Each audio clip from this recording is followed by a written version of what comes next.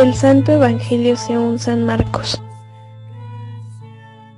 En aquel tiempo, Jesús se retiró con sus discípulos a la orilla del mar, seguido por una muchedumbre de Galileos.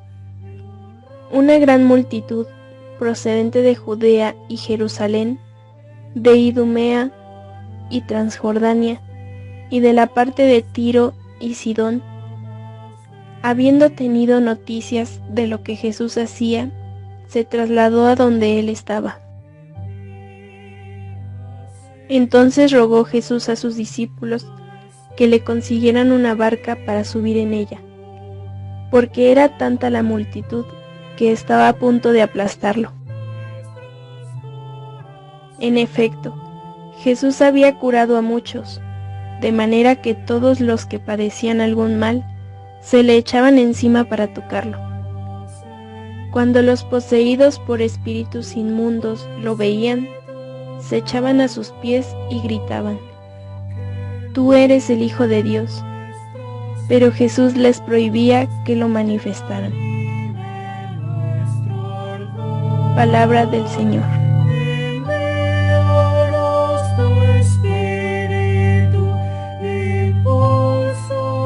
Muy buenos días, queridos hermanos. El Evangelio que hoy hemos escuchado nos presenta un movimiento popular inmenso hacia Jesús. La gente llegaba para encontrarse con Él de los distintos puntos cardinales. Todos quieren verle y tocarle. Es tanta gente y hasta Jesús queda preocupado y pide a los discípulos que tengan a disposición una barca para que la multitud no lo vaya a aplastar. Y él desde la barca pues pueda hablar a la multitud. La multitud que acude a Jesús desde cualquier región encuentra en él una esperanza, porque su forma de actuar, de enseñar, toca su corazón, llega al corazón, porque tiene la fuerza de la palabra de Dios. El pueblo siente esto y ve que en Jesús se cumplen las promesas, que en Jesús hay una esperanza. El pueblo estaba un poco aburrido de la forma de enseñar la fe, de los doctores de la ley de aquella época que cargaban sobre la espalda muchos mandamientos, muchos preceptos, pero no llegaban al corazón de la gente. Pero cuando ven a Jesús y escuchan su palabra, el Espíritu Santo despierta una esperanza y una ilusión en sus corazones y van a encontrar a Jesús. Hoy se nos presenta una imagen de Jesús como alguien que posee dotes especiales para sanar enfermos y expulsar demonios, donde acoge al ser humano que sufre, al marginado. Al mismo tiempo se nos habla de alguien que es capaz de buscar un medio nuevo para no dejar de anunciar el Evangelio. La multitud seguía a Jesús para ser sanada, es decir, buscando el propio bien. Por eso nunca podemos seguir a Dios con pureza de intención desde el inicio. Siempre un poco para nosotros y un poco para Dios. Y el camino es purificar esta intención. Jesús salva. Estas sanaciones, estas palabras que llegan al corazón son el signo y el inicio de una salvación. El recorrido de la salvación de muchos que comienzan a ir a escuchar a Jesús o a pedir una sanación, después vuelven a Él y sienten la salvación. Pero lo más importante de Jesús es que yo sane. No es lo más importante. ¿Qué nos enseña? No es lo más importante que salva. Él es el Salvador y nosotros somos salvados por Él. Y esto es lo más importante. Y esta es la fuerza de nuestra fe. Jesús no pasa desapercibido para toda aquella gente.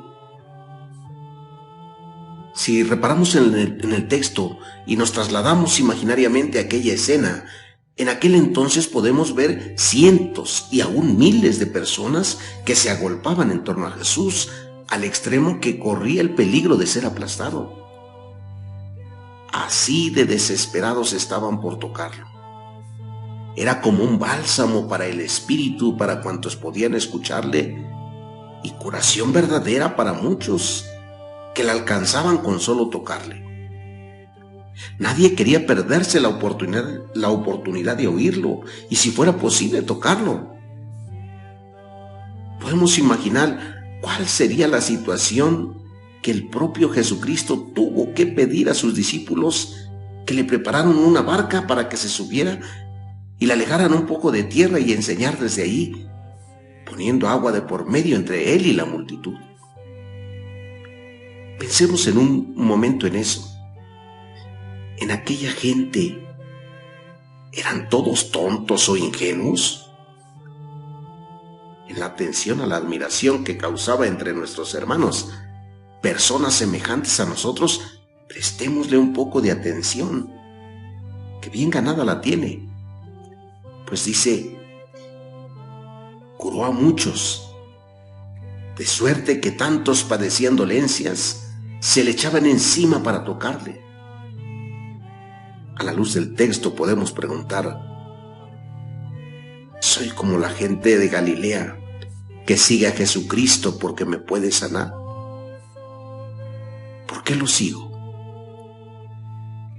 Ahora pasemos a ver nuestro interior y respondámonos, ¿quién es Jesús para nosotros? ¿Cuál es la diferencia entre nosotros y aquellos hombres y mujeres que se apretujaban para ver y oír y tocar a Jesús? ¿Por qué Jesús ejercía tal poder de atracción entre aquellos y no logra hacerlo con nosotros? ¿Será por el simple hecho de que Él no está aquí y ahora como estaba entre ellos? Es decir, que si así fuera, tal vez considerarías el hecho de hacerte también presente. ¿Lo crees honestamente? Detengámonos aquí un momento y examinémonos, porque la verdad nosotros no lo creemos por una simple razón. Estamos demasiado acomodados y aletargados. No tenemos la desesperación ni las aflicciones de aquella gente. Ni siquiera ahora que hemos estado viviendo un largo tiempo de pandemia. Somos todavía de los privilegiados que tenemos el acceso a internet, tenemos techo, tenemos agua, tenemos luz, trabajo, calefacción, comida, educación, seguridad social. Algunos tenemos un interés intelectual en Dios, pero no estamos desesperados como aquella gente. Una primera tarea que podemos proponernos es acercarnos más a la gente de carne y hueso, cuidarnos de no dejarla. Y la segunda tarea es conocer mejor a Jesús, porque sólo así comprenderemos la enorme atracción que ejerce sobre la gente, cuando seamos nosotros mismos los que nos sentimos atraídos por Él. Así tenemos que esforzarnos por leer más los evangelios y mezclarnos con el rebaño, hacer que se nos pegue el olor a oveja del que habla el Papa Francisco. Solo entonces comprenderemos lo que siente la gente y haremos lo nuestro. Esto es posible así, asistiendo asiduamente al templo y a las actividades multitudinarias que propone nuestra iglesia en cada comunidad parroquial y en cada diócesis. Queridos hermanos, pidamos a Dios que nos conceda la gracia de no aislarnos de nuestra comunidad, que aprendamos a vivir nuestra fe arraigada en la comunidad, que pidamos al Señor nuestro Señor Jesucristo que nos conceda vivir con toda humildad, escuchando siempre su palabra, conociéndole y amándole mejor cada día. Que así sea.